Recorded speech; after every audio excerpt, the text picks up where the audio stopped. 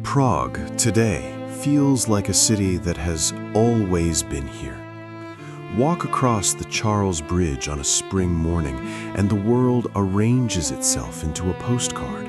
Stone saints lined up along the balustrades, the Vltava sliding green and slow beneath the arches, the castle complex rising above the far bank like something grown from the hill itself rather than built upon it.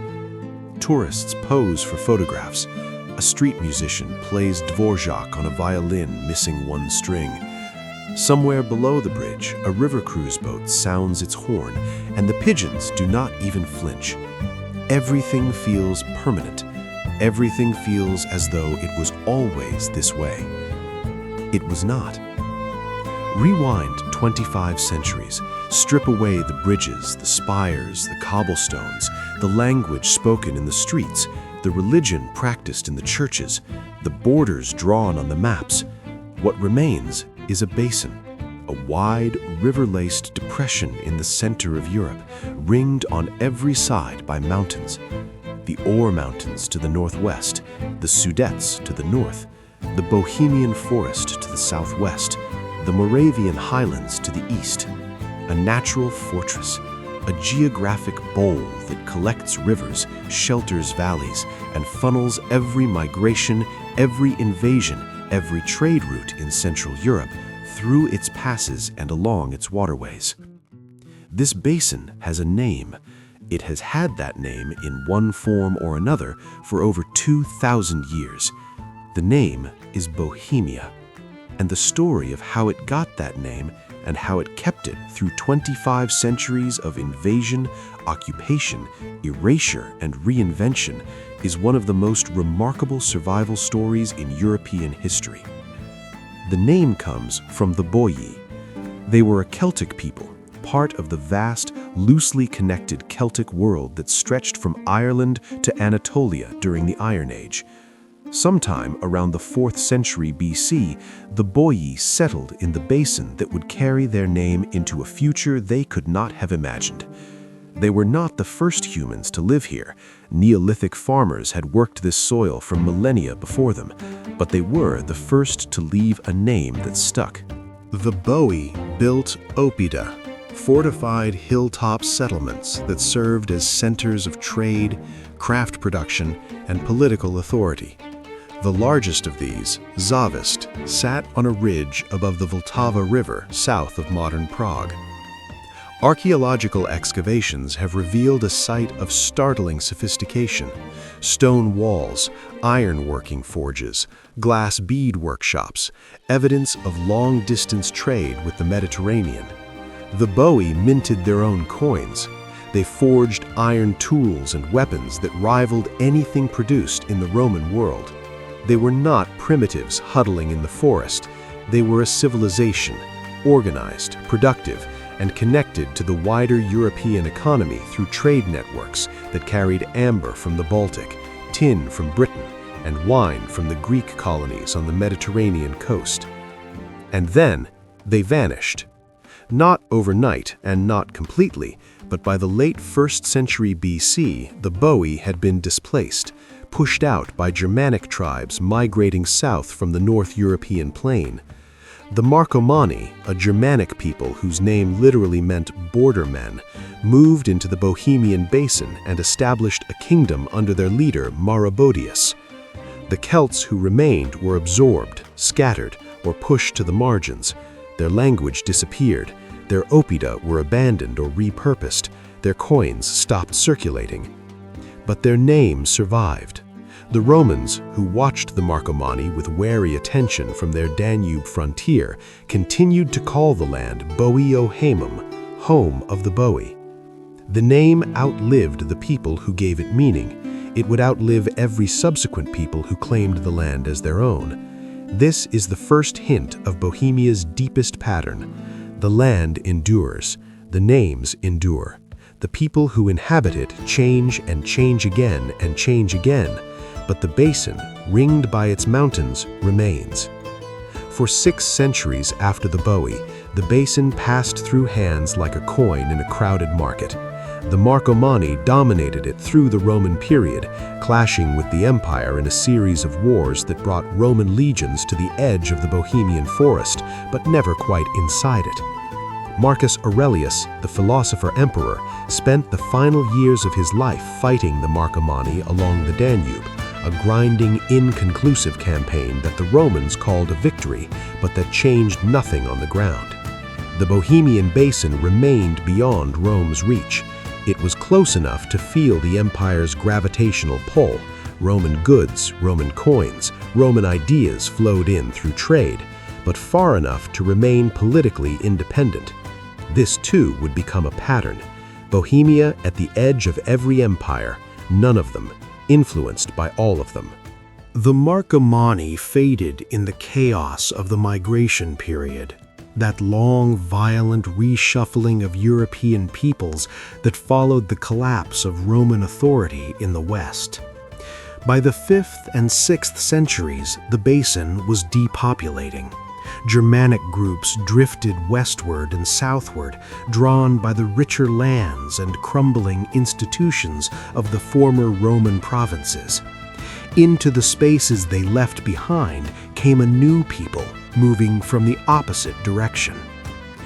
The Slavs arrived in Bohemia sometime in the 6th century. They came from the east, from the vast plains beyond the Carpathians, part of a broader Slavic expansion that would eventually populate territories from the Elbe to the Urals. They did not conquer the basin in a single dramatic invasion. They filtered in. Families, clans, small groups moving along river valleys and through mountain passes, settling in the lowlands, clearing forest, planting crops, building the timber and earth villages that would become the foundation of Bohemian rural life for the next 1,000 years. They found a land that was not empty, but was emptied, a basin still marked by the traces of those who had come before. Celtic hill forts overgrown with forest, Germanic field systems returning to scrub, Roman trade goods buried in soil that no one was cultivating. The Slavs built on top of these layers, as every subsequent civilization would build on top of theirs. Bohemia is, in this sense, a palimpsest, a text written over and over, where the earlier scripts are never fully erased but bleed through the surface of whatever comes next. The Slavs who settled in Bohemia did not initially form a unified state. They lived in tribal groups, each centered on a fortified settlement, a hrad, typically built on a hilltop or riverbend for defensive advantage. Political authority was local, fragmented, and constantly contested. But the pressures of the outside world, Frankish expansion from the west, Avar raids from the southeast, and the general turbulence of early medieval Central Europe created incentives for consolidation. By the 9th century, the tribes of the Bohemian Basin were beginning to coalesce around a single dynasty. That dynasty was the Přemyslids, and the story of how they came to power is, like so much in Bohemian history, wrapped in legend. The founding myth goes like this. Libusha, a wise woman and prophetess, ruled the Czech tribes from the fortress of Vyšehrad above the Vltava. When her people demanded a male ruler, she told them to follow her white horse to a village where they would find a man plowing a field. That man was Přemyslids, a humble farmer. She married him, and together they founded a dynasty that would rule Bohemia for over 4 centuries. The legend is almost certainly fiction, but it encodes something real. The Přemyslid claim to power was rooted not in foreign conquest, but in the land itself. Unlike the Normans in England or the Franks in Gaul, the Přemyslids did not arrive as outsiders imposing rule on a subjugated population. They emerged from within. This gave them a legitimacy that was personal, territorial, and almost mystical, bound to the soil, to the rivers, to the mountains that enclosed the basin like a pair of cupped hands. By the late 9th century, the Přemyslids controlled Prague and its surrounding territory. In 885, Bořivoj, the first historically documented Přemyslid duke, was baptized, bringing Bohemia into the Christian world and, by extension, into the political orbit of the Western Church and the Carolingian successor states that would eventually become the Holy Roman Empire. This was the moment when Bohemia stopped being a collection of Slavic tribes and started becoming a European kingdom. It was also the moment when the fundamental tension of Bohemian history crystallized for the first time. The pull between independence and integration, between being a self-governing nation and being a component of a larger European order. That tension would define every century that followed. And so, by the year 900, the pieces were in place. A basin, a dynasty, a new religion, a name borrowed from a vanished Celtic people and carried forward by Slavic settlers who had no memory of the Boii but would inhabit their homeland for the next millennium. What came next, the rise of the Přemyslids, the forging of a kingdom, the golden age that would make Prague the most magnificent city in Central Europe, is a story of ambition, silver, and saints. It is also a story of ordinary people whose lives were shaped by forces they could not see and decisions they did not make. Miners descending into darkness, stonemasons raising cathedrals, farmers paying tithes to a church that spoke in a language they did not understand. Their world is where we go next. The Bohemian Basin is a trap, the most beautiful trap in Europe. Look at it from above, a ring of mountains, nearly unbroken, enclosing a lowland watered by the Vltava, the Elbe, the Odre, the Berounka. The rivers converge toward the center, carving valleys that are fertile, sheltered, and temperate by Central European standards. The mountain passes are narrow and few. An army entering this basin must funnel through predictable choke points where defenders hold every advantage. An army inside this basin has water, timber, farmland, and, as later centuries would reveal, silver beneath its feet. Every great power in European history looked at this basin and wanted it. Every people who settled here discovered the same thing: easy to enter, easy to love, almost impossible to hold against the next wave of newcomers. This chapter is about those waves, the peoples who came before the Bohemia we recognize, who built and burned and vanished, leaving behind only soil layers, broken pottery, and a name. The Boii, as we have seen, were the name givers, but the land's human story begins long before them. Neolithic farmers worked the Bohemian lowlands as early as 5000 BC, cultivating emmer wheat and barley in the river valleys, raising cattle and pigs, building the longhouses whose post holes archaeologists still find beneath medieval village sites. By the Bronze Age, Bohemia was integrated into continental trade networks. Amber moved south from the Baltic, copper and tin moved north from the Alps, and the basin sat at the crossroads, collecting tolls in the form of cultural exchange. The Boii arrived around the 4th century BC and brought with them the full toolkit of Latin Celtic civilization: advanced ironworking, wheel-thrown pottery, coinage, and the oppidum, a fortified settlement that functioned as something between a town and a fortress. Zavist, on its ridge above the Vltava, was the crown jewel. At its peak, it covered over 170 hectares, larger than most Roman towns, and housed a population engaged in metalworking, glass production, textile manufacturing, and long-distance trade. The Boii were not isolated barbarians. They were participants in a pan-European Celtic world that stretched from Galatia to Galicia, connected by shared artistic styles, religious practices, and commercial relationships. Their disappearance was gradual rather than catastrophic. Germanic pressure from the north, the Marcomanni and their allies, pushed the Boii out over the course of the 1st century BC. Some migrated south toward the Po Valley. Some were absorbed into Germanic populations. Some simply vanished from the historical record, leaving behind the name Boiohemum and the archaeological traces of a civilization that had thrived for 3 centuries and then evaporated like morning fog on the Vltava.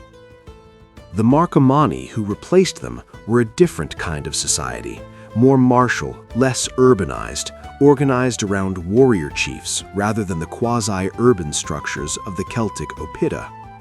Under Maroboduus, who had spent time in Rome and understood Roman military organization, the Marcomanni built a kingdom powerful enough to alarm Augustus himself. The Roman emperor considered and ultimately rejected a full-scale invasion of Bohemia, deterred by the logistical nightmare of campaigning inside the mountain ring and by more pressing emergencies on other frontiers. This near miss is one of Europe's history's great what-ifs. Had Rome conquered Bohemia, the basin would have been Latinized, its languages replaced, its tribal structures dissolved into the provincial administration of the empire, its future trajectory pulled permanently westward. Instead, Bohemia remained outside the limes, the fortified frontier that marked the boundary between Roman civilization and the Germanic world beyond. It became a borderland, close enough to Rome to absorb its influence, far enough to retain its independence. The consequences were profound and lasting. Bohemia never acquired the Roman infrastructure, roads, aqueducts, cities built on a grid that shaped the development of Gaul, Iberia, and Britain.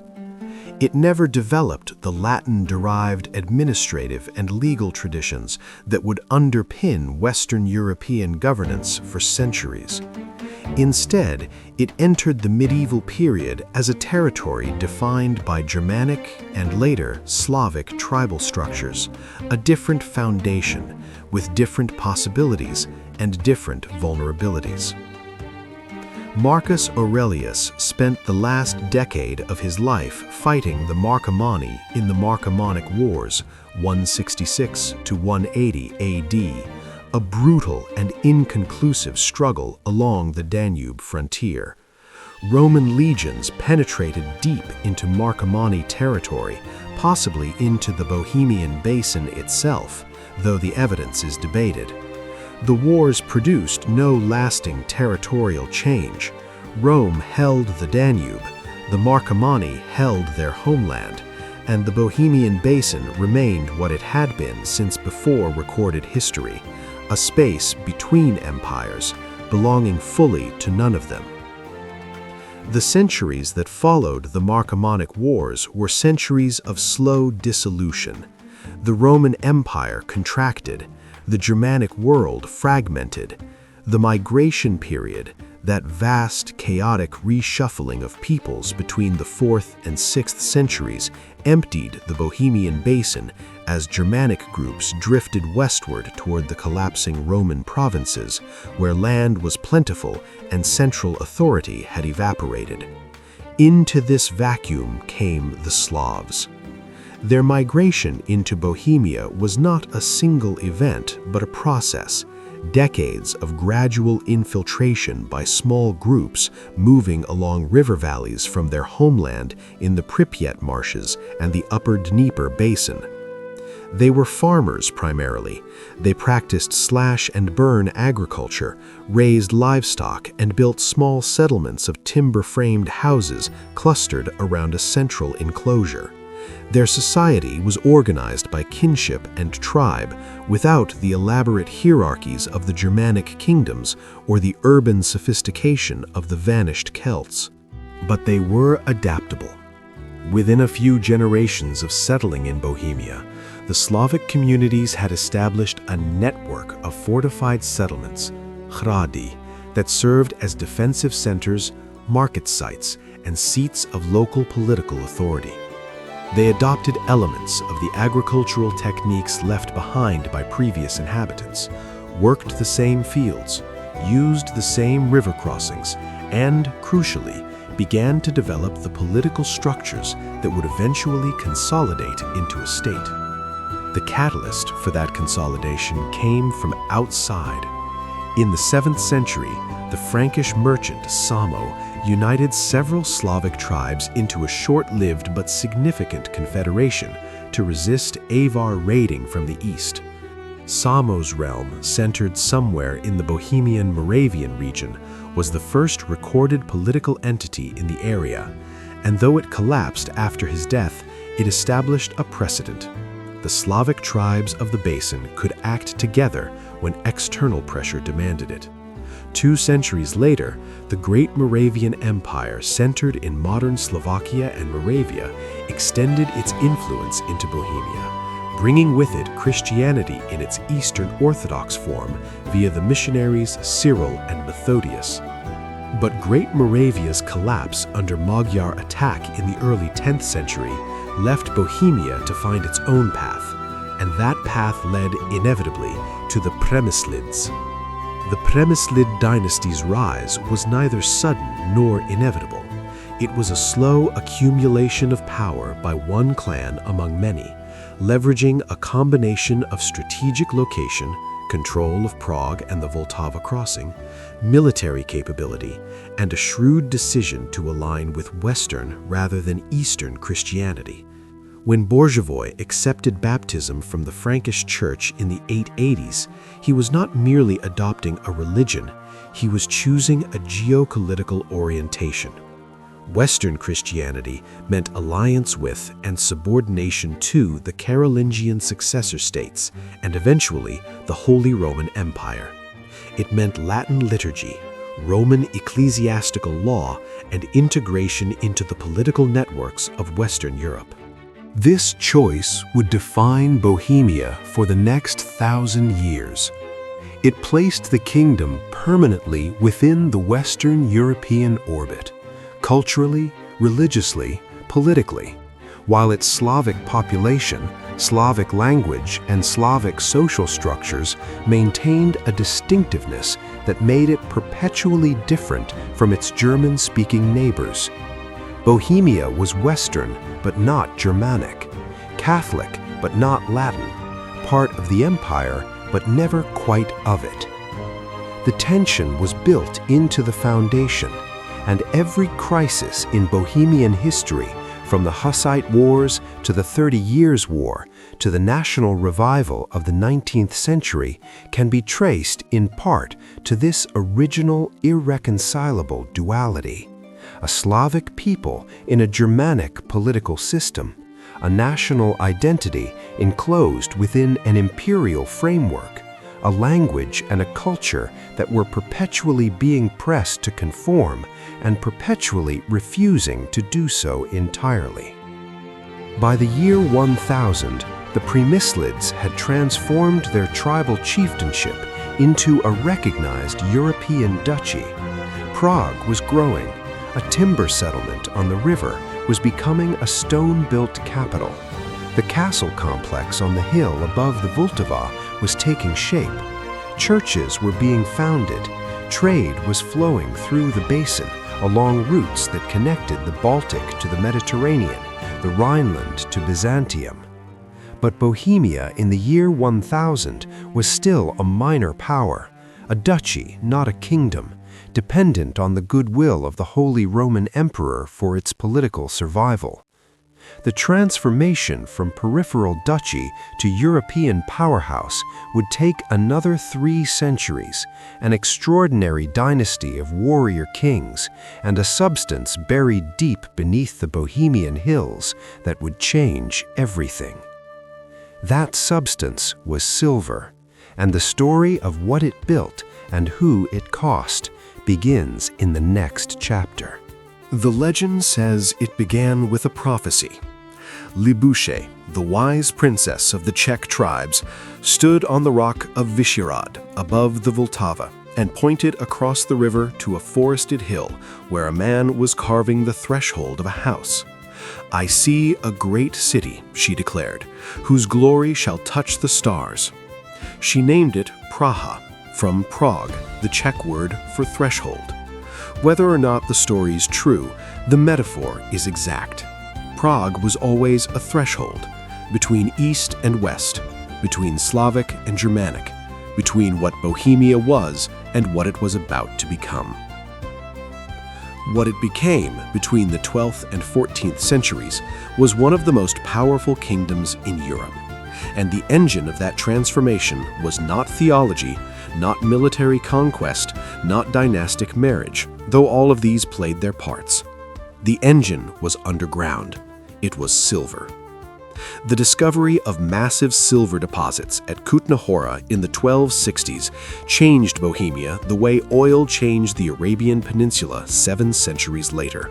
Suddenly, totally, and with consequences that no one fully controlled. Silver had been mined in Bohemia before.